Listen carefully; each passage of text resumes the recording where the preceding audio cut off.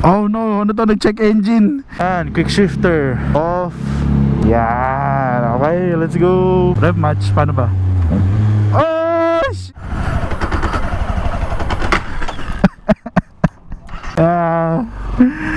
And we are back with another video. Grabe, Happy New Year everyone. Merry Christmas na rin kasi hindi tayo nakabati noong Pasko. Okay, as you can see, unahin na natin. Wala nang paligoy-ligoy pa. Gamit natin ay CRF 250. Dito ako nag-practice mag-manual. So iniwan ko kasi sa kanya yung XSR nung nagbakasyon para hindi mas stuck at saka para mas safe yung parking. For today, we are just going to get the XSR 900 and practice tayo ng rev matching.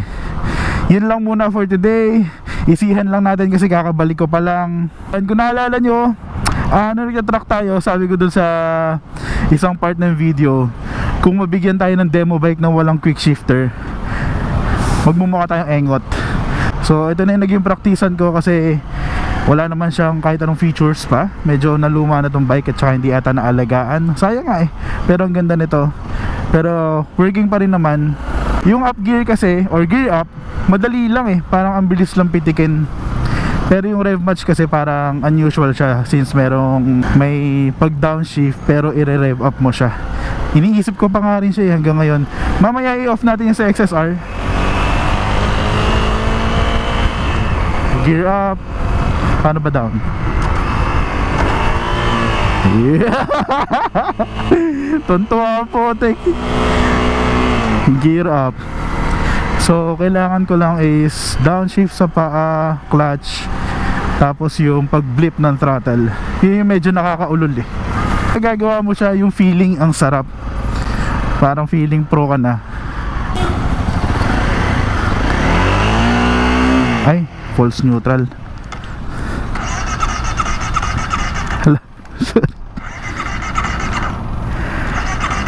Oh no, ano to, nag-check engine. Oh my gosh. Oh.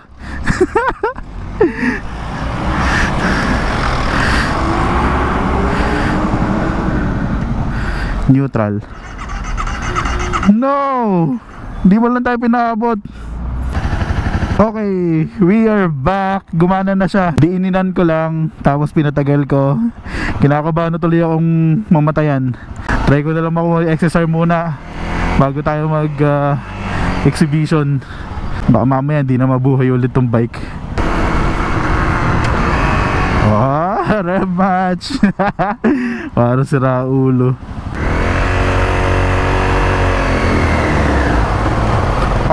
Muntik na mamatay.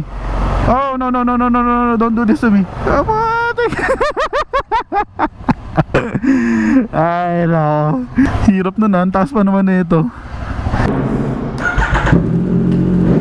Oh my gosh, ang ingay. Okay, punta muna tayo dito sa maliwanag. Off natin yung, saan kaya yun? Vehicle setting. Yan, quick shifter up, off, quick shifter down, off din. Yan, okay, let's go. Try muna natin kung mag-quick shift pa rin to kasi in-off ko na eh. Ayaw na. Okay, manual na talaga. Rev match, paano ba? Oh, sheesh. Tuntua ang putik. Woo! Happy New Year! We are back sa XSR 900. Sarap. Grabe yung ingay. Buti nanggaling din ako sa CRF. Parang ano eh, na-build up yung hype ko ulit.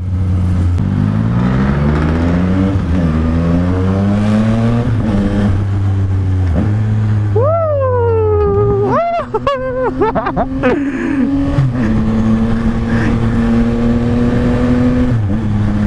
Sarap! Grabe! Yung sa rev match, ang masarap sa kanya kasi hindi pa ako marunong mag-bike, magmotor ng manual, mapa big bike o small bike. Sabi ko, anong ginagawa nun? Parang ang angas. Ang pinapanood ko pa nun si Manila Speedster. Tama ba? Alam ko siya yon, Manila Speedster. Ang gusto ko kasi bilhin nun, CB 650R. Diba? Kilala naman natin yung bike na yan. Putik, talagang bentang-benta yan dito sa atin kasi napakaganda. So yan yung number 1 ko dati. Siya pinapanood ko. Sabi ko, putik, ba't ganun yung downshift niya? Sobrang pogi tingnan. Mamaya pakita ko yung pag downshift ng hindi nagre-rev match. So sa mga hindi nakakaalam, ang rev matching basically ay isang technique ng pag downshift, pero ang gagawin mo ay sabay-sabay na tatlo. Number 1, clutch in. Syempre pipindutin natin ang clutch. Number 2, yung downshift paa. So dalawa yon. Yung pangatlo is yung pag throttle up. Igaganon mo siya mabilis para umangat yung rev nya. Isang ganon. So pag sinabay-sabay mo yung tatlo, mawawala yung pagkajot ng bike. So magiging smooth yung pag downshift mo. Yun ang pinagkaiba ng pag downshift gamit ang rev matching sa hindi. Sabi ko nga sa inyo, tuturuan ko kayong mag rev match dahil hindi ako marunong mag rev match. Sabay-sabay tayong matututo. Pero kung ang gusto nyo yung tutorial, well, medyo nasa maling video kayo ngayon.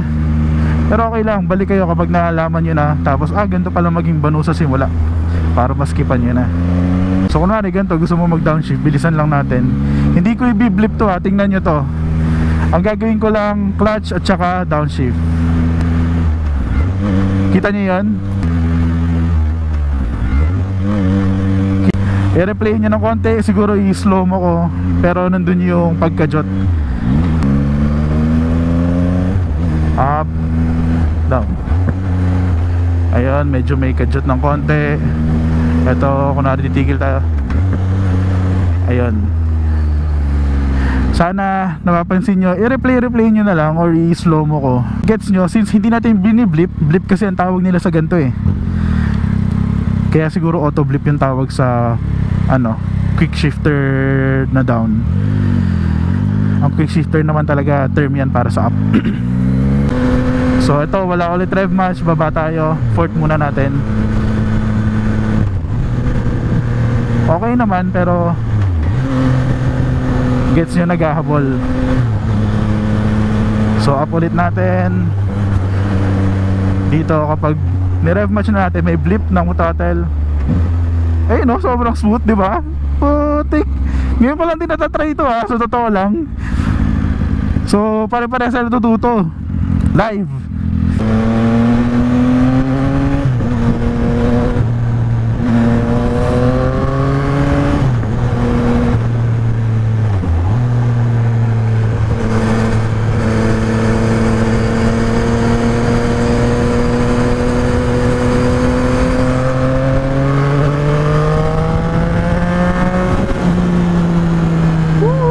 Sarap, grabe. Parang medyo pumiyok na naman ako dun. Piyukin ng putik.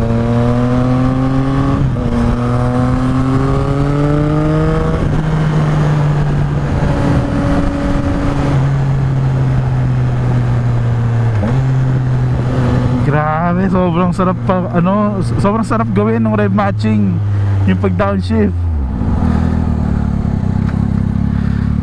Walang niya. Grabe. Parang new experience. A whole new experience.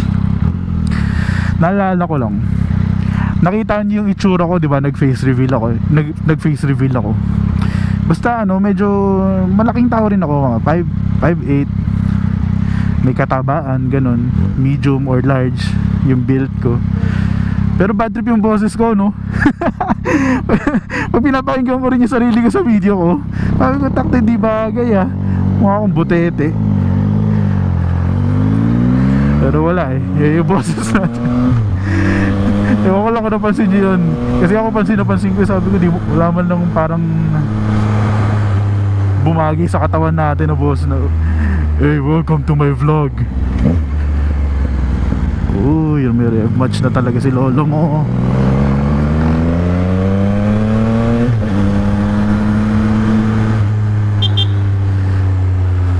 Jiangnan, masarap dyan nan. De, pero seryoso, masarap doon sa Jiangnan, try nyo. Hot pot siya, may additional kapag gusto nyo maging yakiniku or barbecue. Ang masarap yung sauce nila. Sarap, grabe.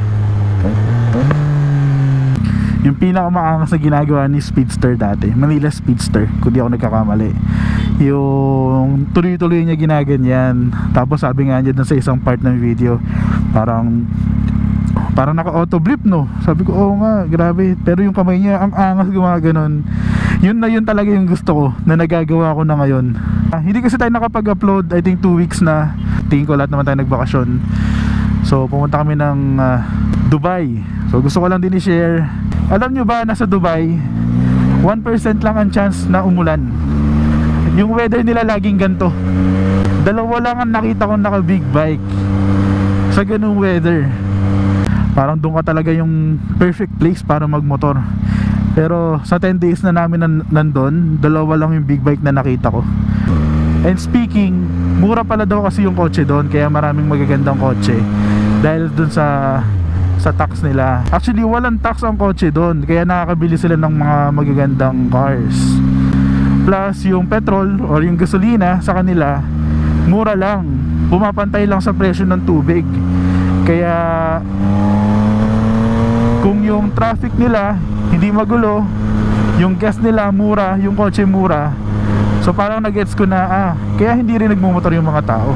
Bakit mga naman iinitan yung sarili mo unless trip lang talaga, diba? So naintindihan ko na rin naman. Okay, ride muna tayo. Dito na tayo sa Okada.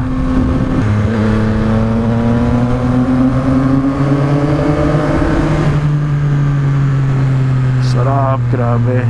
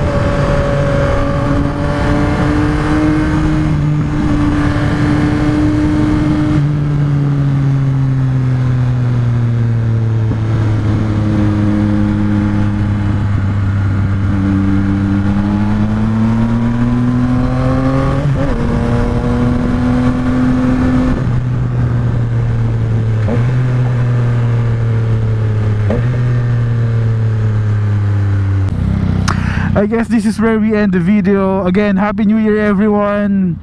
Welcome back to my channel. Namiss ko kayo. Namiss ko magmotor. Thank you sa mga nanood. Please like, share, and subscribe to our channel para lumaki pa ang ating YouTube channel at saka para din sa YouTube algorithm mapanood pa ng mas marami. Thank you everyone. Ride safe always. Peace!